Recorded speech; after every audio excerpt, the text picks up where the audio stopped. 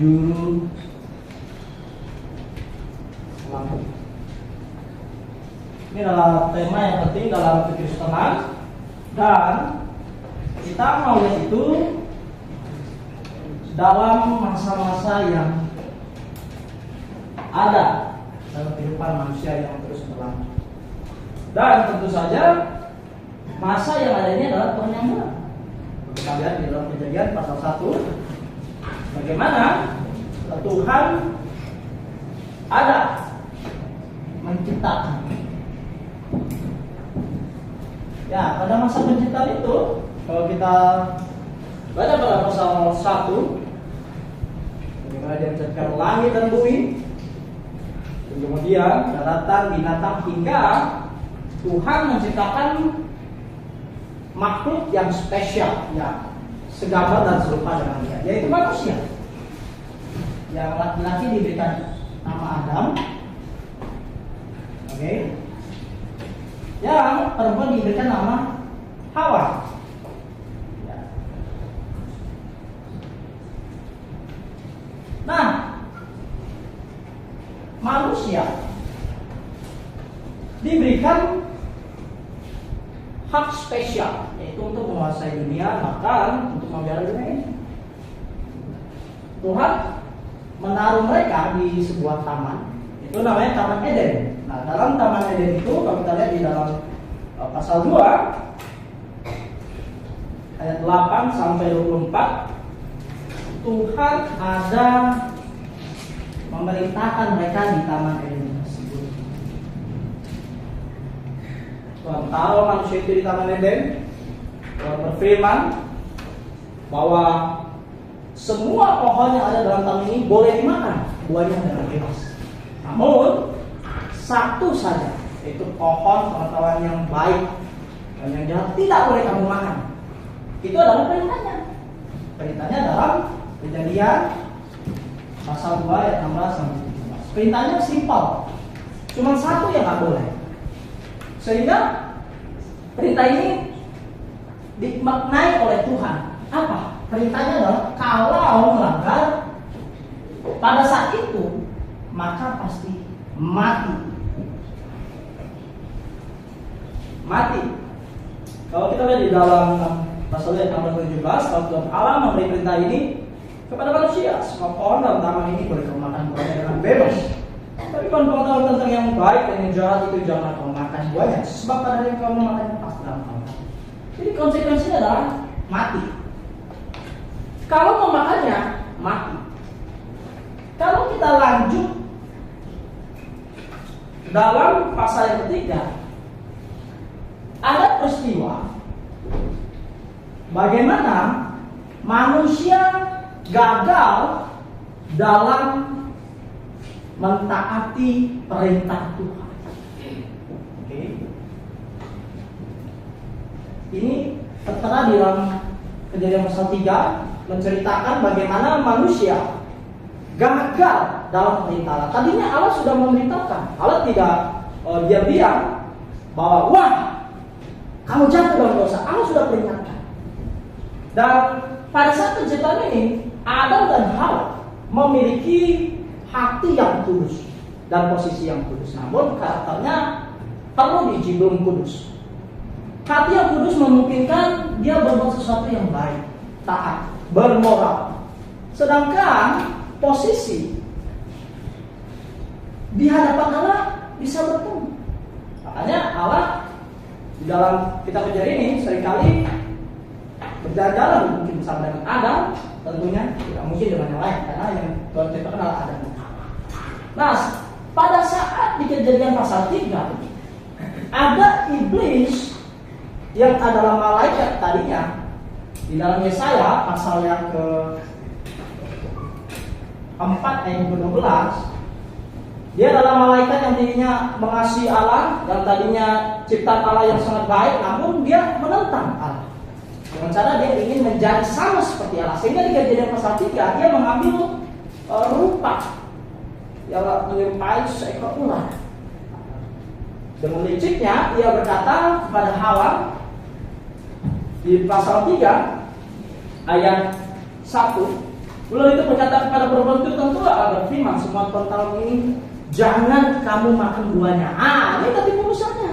Dia bilang jangan makan semuanya. Sedangkan perintah Tuhan adalah semuanya boleh dimakan, tapi ada satu. Nah, jadi iblis itu buat aturan yang sama-sama. Jangan makan semuanya. Dia lupa perintah Tuhan satu. Yang satu tidak boleh dimakan. Nah, bahwa Adam Hawa terperdaya oleh tipu muslihat iblis. Sehingga di Kejadian pasal 5 pasal 3 ayat 3 sampai 7, bagaimana mereka jatuh ke dalam dosa dan akibatnya mereka lihat efek di pasal 3 ayat 7. Efek dosa. Dia sekarang punya hati yang tidak tenang.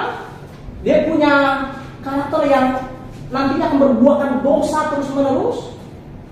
Sehingga di Kejadian pasal 3 ini Tuhan memberitahukan mereka langsung sadar, wah, telanjang itu dosa. Mereka malu, padahal tadinya pada masa kudus itu suatu hal yang biasa. Tapi karena mereka telah melanggar perintah Allah, mereka akhirnya harus mati. Kan tidak datang. Kalau kita lihat di dalam Yesaya pasal 59 ayat 1 sampai 2, yang menjadi antar pemisah kita bukanlah makanan kita, bukanlah masa depan kita, tapi dosa. Dosa yang menjadi pemisah itu semua. Dari sepanjang zaman dosa yang telah memisahkan kita. Dan dosa dalam perjanjian baru, kalau kita buka di dalam Roma pasal 6 ayat 23, dan ada berkata sebab upah dosa ialah maut. Artinya dosa hanya bisa diselesaikan oleh maut, tidak dengan cara apa. Harus maut yang menyelesaikan. Tidak ada cara lain. Artinya juga berkata bahwa amal atau usaha ibadah kepada Allah begitu tidak dapat menyelamatkan manusia. Hanya penghukumanlah dosa itu diselesaikan. Tapi Allah yang Maha Kasih, yang begitu mengasihi kita tentunya, Dia berjanji bahwa Dia akan kirim Sang Juru Selamat. Ini di dalam Kejadian pasal 3:15. Ini adalah secara simbolik Tuhan ada berkata simbolis bahwa Dia akan kirim Sang Juru Selamat. Nah, kirim Sang Juru Selamat dengan berkata bahwa kamu harus melakukan ibadah simbolik sederhana sebagai bentuk kamu percaya. Sebagai bentuk percaya. Ini terus dilakukan sepanjang zaman. Simbol ini adalah ibadah yang sederhana. Ibadah simbol yaitu menyusun batu seperti mesbah, mengambil domba, yang kemudian disembelih sambil mengaku dosanya di hadapan Tuhan Allah. Dan kemudian ini tidaklah menyelamatkan. Ini hanya simbol. Hakikatnya kapan? Tuhan bilang nanti. Dia berjanji. Kalau kita lihat di dalam Ibrani pasal yang 11 ayat 1, iman adalah apa? Adalah dasar segala sesuatu yang kita harapkan. Kalau kita harapkan, berarti belum kita lihat, kita masih mengharapkan. Harus beriman. Nah, sambil kita melakukan itu, di dalam perjanjian lama, sambil orang percaya ini dalam perjanjian lama, Adam, Hawa, dan Nuh, Abraham, tokoh-tokoh dalam perjanjian lama, kalau ingin diselamatkan, mereka harus melakukan ibadah simbolik yang sederhana ini dengan percaya kepada Yesus Kristus. Melakukan ibadah simbolik sederhana adalah mengungkapkan bagaimana percaya kepada janjinya. Ibadah simbolik sederhana itu tidak menyelamatkan. Ini hanya menyimbolkan apa yang akan datang. Sangat simpel sekali. Tuhan tidak tuntut panjang-panjang, susah-susah. Cuma tuntut percaya. Kalau percaya pasti lakukan ini. Beda di dalam Kejadian pasal 4. Kain salah, dia pakai sayur. Tuhan suruh bawa dia sayur. Percaya atau enggak? Enggak percaya. Sampai di dalam Perjanjian Baru kita lihat Tuhan mengungkapkan bagaimana janjinya itu sudah tergenapi. Kalau kita baca di dalam Matius pasal 1 ayat 18 sampai 25, kemudian Yohanes pasal 1 ayat 29, ini ada peristiwa di dalam Matius 1 ayat 18 sampai 25, ada peristiwa bagaimana Yesus lahir dengan kuasa Roh Kudus dan membuktikan bagaimana nubuatan-nubuatan yang ada di dalam Perjanjian Lama. Di dalam Yesaya pasal 7 ayat 14, Tuhan ada berkata, ini nubuatannya mengacu pada Yesus, sehingga pada Yohanes Pembaptis berkata, lihatlah anak domba Allah yang menghapus seluruh dosa dunia, seisi dunia.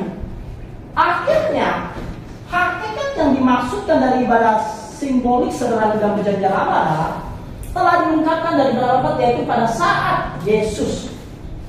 Yesus adalah hakikat ibadah simbolik yang ada dalam Perjanjian Lama. Simbolnya adalah domba. Hakikatnya adalah Yesus. Kalau kita lihat di dalam Ibrani pasal 4 ayat 10, perhatikan baik-baik, ini ada pernyataan yang sangat-sangat memberikan suatu pengertian yang baik, bahwa sebenarnya bukan domba korban yang menyelamatkan orang Kristus, tapi Yesus sendiri. Di Ibrani pasal 10 ayat 4, sebab tidak mungkin darah lembu jantan atau darah domba jantan menghapus dosa. Nah, itu ada pernyataan yang benar. Melainkan Yesuslah yang menjadi penebus dosa itu. Kapan dia menjadi penebus? Dia sudah mati. Kita baca dalam Matius pasal yang ke, ini peristiwa ya, peristiwa di Matius pasal yang ke dari 26 dan terus seterusnya sampai yang mati di atas kayu salib. Yesus mati. Nah, kalau Yesus sudah mati dan dia adalah penanggung dosa seisi dunia, ini juga kita bisa lihat juga di dalam 1 Yohanes pasal 2 ayat 2. Ini menyatakan bahwa Yesus itu untuk semua manusia. Semua manusia, bukan untuk siapa-siapa lain. Keluarga bangsa lain bukan, untuk badan ini bukan. Untuk semua manusia. 13 menit. Namun adalah kita lebih lanjut melihat apa yang Alkitab nyatakan, walaupun itu untuk semua. Apa yang perlu kita lihat? Di dalam Yohanes pasal 3 ayat 16, perhatikan baik-baik.